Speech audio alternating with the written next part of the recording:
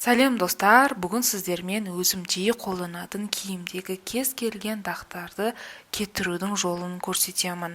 Бұл әдіспен цветной киімдегі дақтарды, сап-сары болып кеткен іш киімдерді ағартуға, балалар киіміндегі тамақтан қалған дақтарды, ақ нәскелерді, асханада жиі қолданатын сүлгілерді ағартып алуға болады. Видеоны соңына дейін қарап, каналыма тіркеліңіздер. Ал бастаймыз.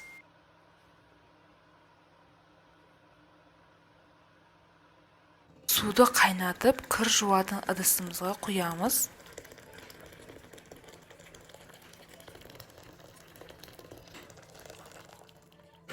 Осындай перкарбонат натрийі бар отбеливатель алып, инструкциясы бойынша 3 ас қасық ыстық суға саламыз. Бұл отбеливательді қайдан алатынымызды описанияда қалдырамын.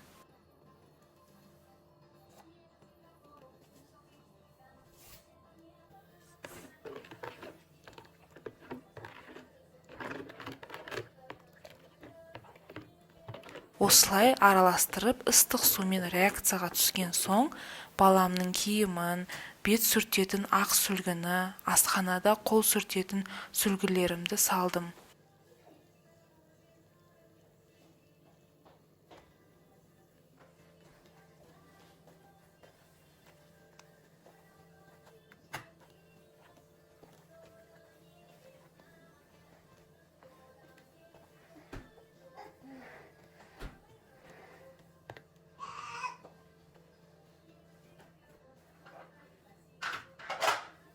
Кірлеріңіз батып тұратындай ыстық суғы құйып, 2 сағатқа қойып қоямыз.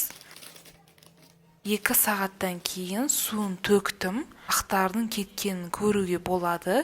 Енді жай қолмен порошок салып жуса болады. Немесе мен сияқты стиралкаға салып, кір жуатын порошокпен жуып аламыз.